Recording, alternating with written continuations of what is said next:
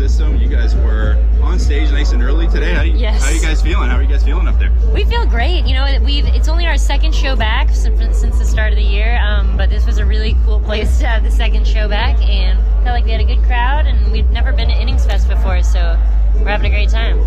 Right on. Well, you guys were early in the set, and you were really trying to engage the crowd and get them pumped up. You even tried to get them to do a really complicated dance. So how did they do? How did the Innings Festival crowd do? Honestly, dude, they did great. You can tell that the Arizonans are used to the heat because we play, you know, as like a growing band. We play a lot of early festival sets in the heat of the day, and sometimes people are just like saving their energy for later, or they're too hot.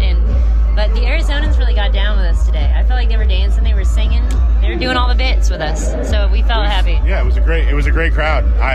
Second show back.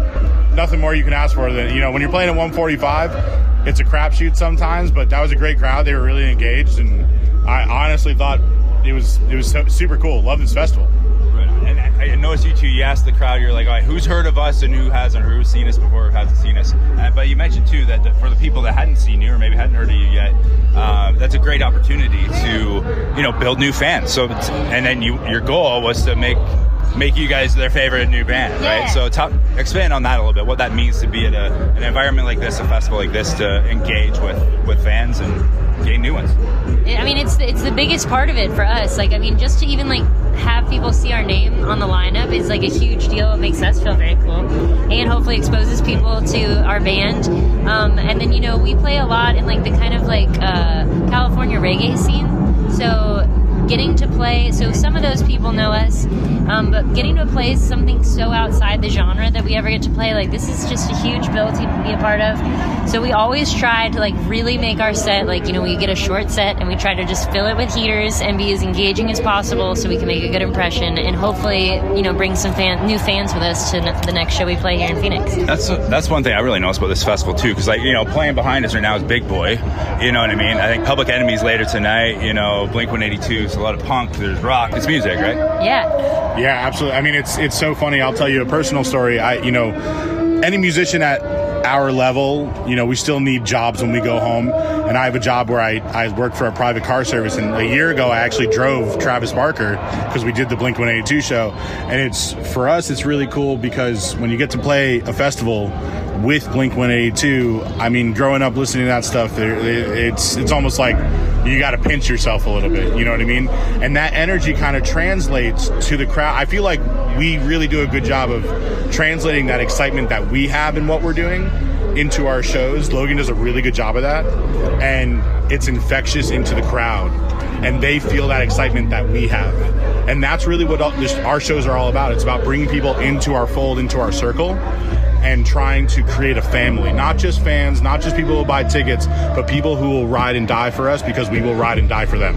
Absolutely. No, well said, man. And that's you got to be, when you go back into work, and you were driving Blink-182 last year, now you're on the same bill as them, you got to be, pumping your chest out a little bit when you go back to work. Yeah, well, it's funny, I get to do a lot of cool things with my job in the entertainment sphere, and if you look, you see those reels on TikTok and stuff, no one tells you how hard it goes from, being on a stage at Red Rocks or something back to your job at Starbucks or whatever it is, and I relate to that so much because you got to be professional in those settings, but then you come here and you get to play music with your friends on the same build as those bands.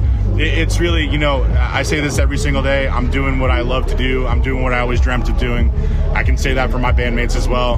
And that excitement, I don't think will ever leave the stage for us. No, that's what it's all about, man. I love to hear that. But tell me about how you guys got together. So you guys are from South Florida. You mentioned you played a lot in California, but you're from South Florida. How did Artikal Sound System come to be? So the boys had been a band for 8 years, 10 years.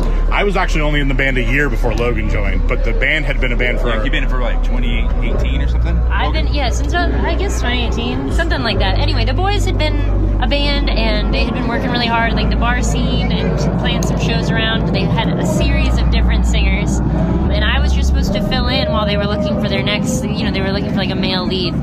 And we played some shows together. We got along really well because I was neighbors with them, and I kind of seen the band out and about. We had some mutual friends, and then it just started going pretty well, and we started writing music together, and we got along really well. And we're like, maybe we should do this instead of look for another singer.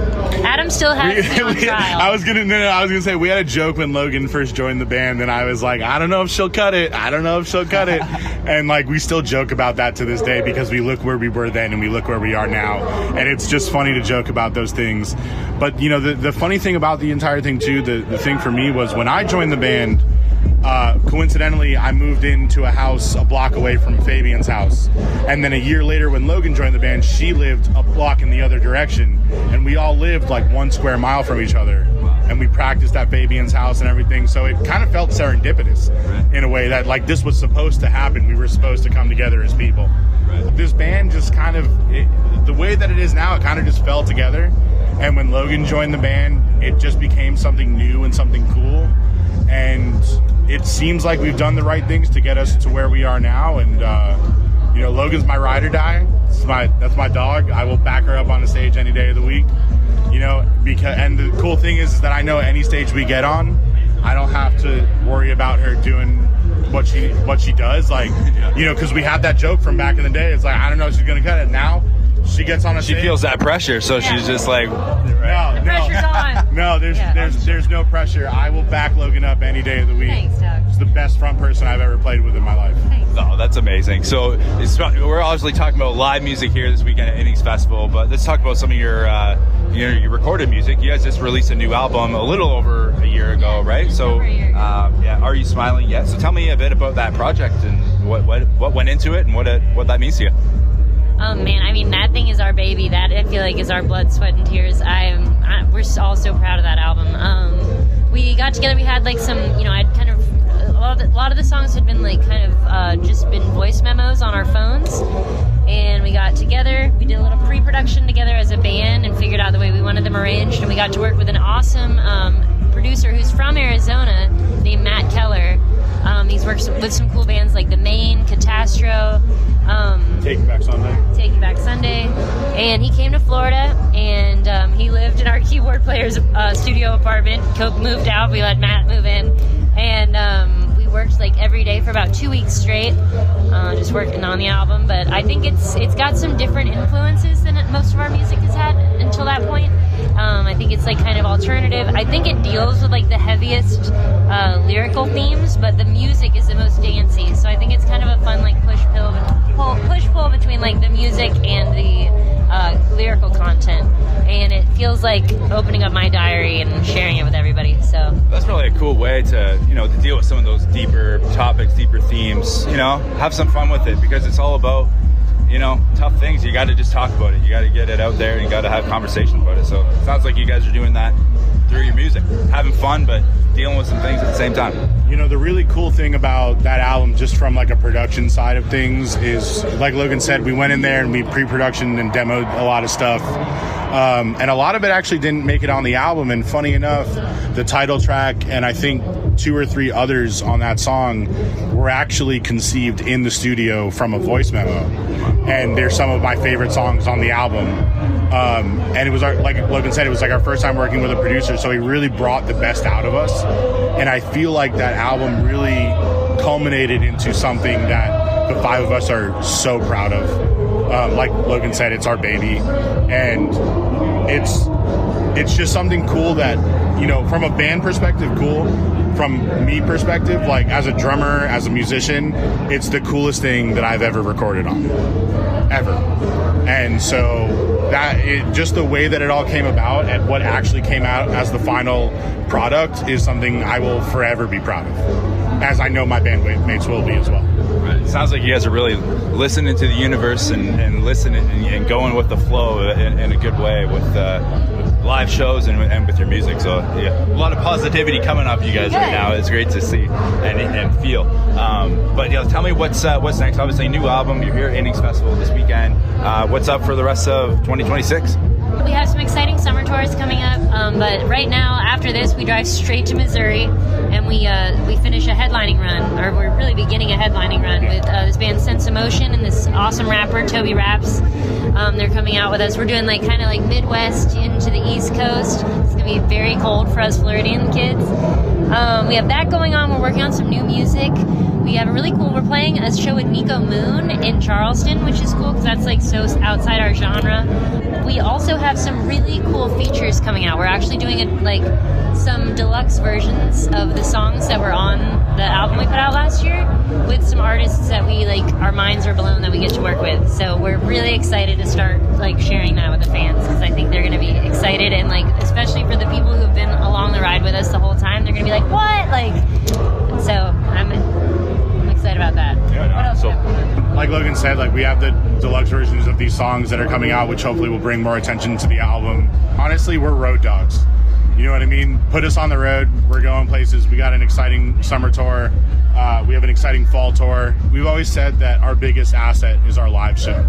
So, whatever we're doing on social media, whatever we're doing in the studio, we will always be on the road and we will always be playing shows because that is where we want to be and that is our strongest asset as a band. So, hopefully, we get to see a lot of people this year. See a lot of people who have been coming to shows, see a lot of new faces, because that's the point of all this. It's taking people who love music and converting them into our fans and our friends, really, to be honest with you. That's the stance. Part of the family, right? Part of the family. That's why I said ride or dies. So yeah, that's pretty much what we got going on. Right. Well, stay tuned to your socials. We'll stay tuned to your website. It sounds like some exciting updates and announcements coming soon, so we'll definitely look forward to that. And guys, thank you very much for taking time with me today. Thank you very much for your time. I appreciate it.